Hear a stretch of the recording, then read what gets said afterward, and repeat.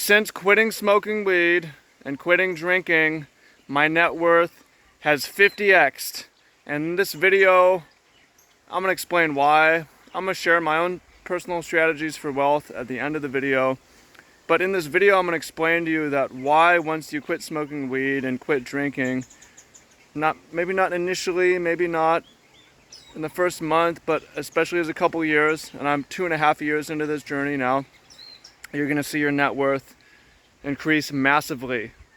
And that's going to open up certain doors for you in life. It's going to allow you to move, travel, buy land, take the job you want, not have to stress over money as much, have family, provide for family. So if that sounds interesting to you, then welcome in, fam. Much love, Trav here.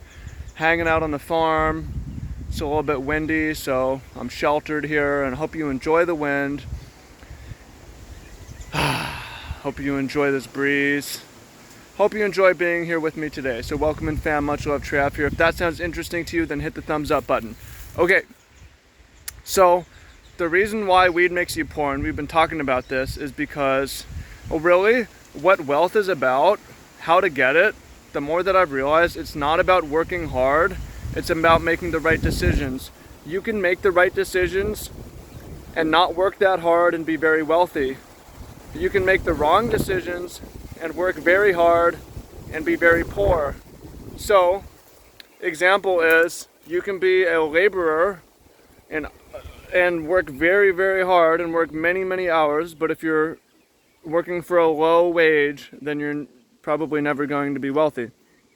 Especially if you make poor decisions meaning who to partner with, which affects your worth, where to live, which affects your worth, what to spend your money on, which affects your worth, how to save your money, which affects your worth, how to invest, which affects your worth. All these things are decisions that compound and have way more to do with your wealth than the actual work that you put in.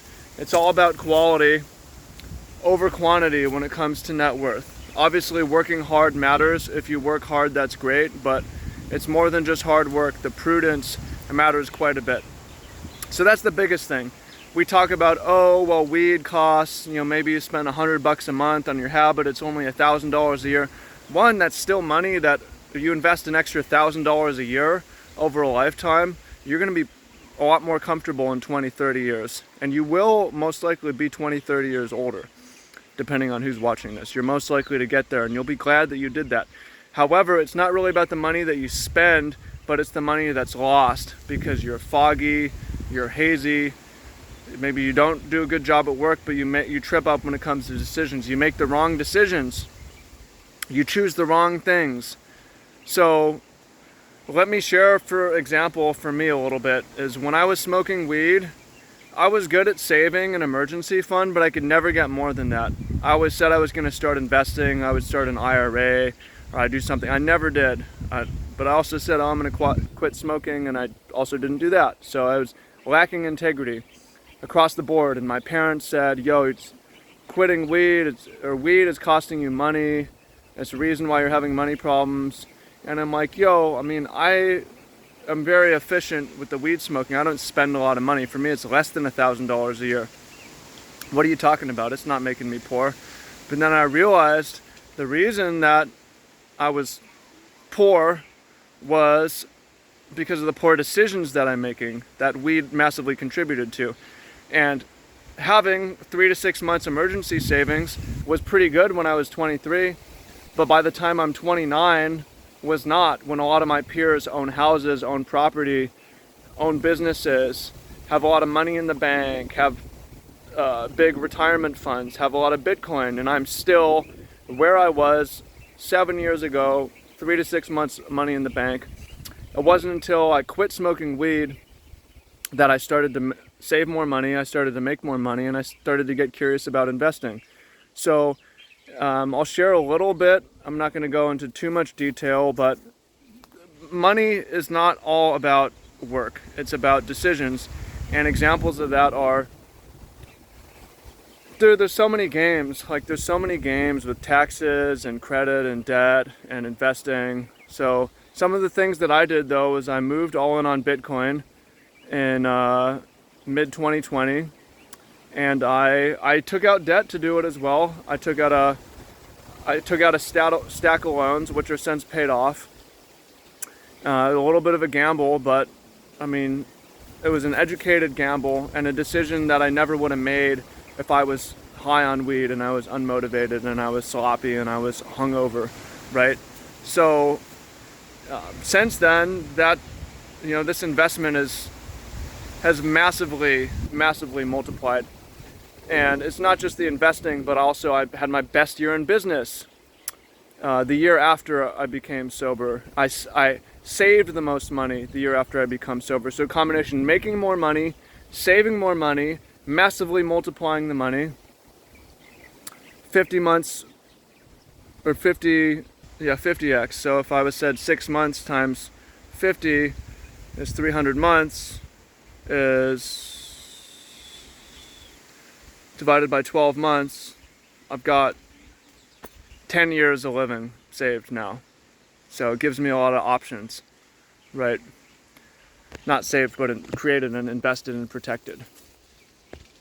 I'm not giving you financial advice.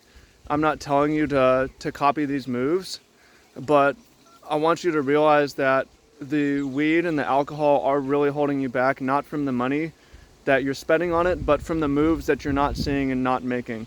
The game of life is very complicated. You don't know what you don't know. The types of moves that you can make in terms of, again, like investing, saving, making more money, taking out debt, earning interest, minimizing taxes, and all this, it's a very complicated game. It's not simple, and maximizing your clarity will help you. So, I mean, I hope your story can be like my story. In my story, 2.5 years to 50x. It's crazy, right? Hard to believe, but yeah, here I am, and yeah, I mean, we'll check back in a couple of years. I'm feeling pretty good about the moves I'm making, but I'm not. You also got to realize, like, you got to be careful. There's protecting the downside. We'll see what happens. Video is not for me to flex. The video is to encourage you to get sober. So if you're watching this video, then you may be in time. I'm just launching a 30-day no weed challenge.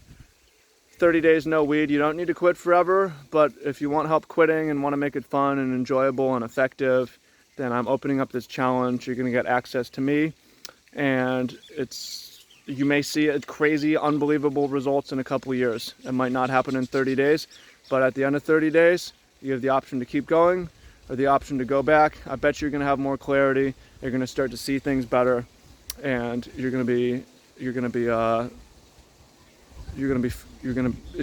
be worth it. So if you're interested in joining me on this 30-day challenge, there's a link down below in the description. 30-day no weed challenge. Join me in there. Much love. Look forward to talking to you, and may our net worths all go to the moon. Let's get it. Peace.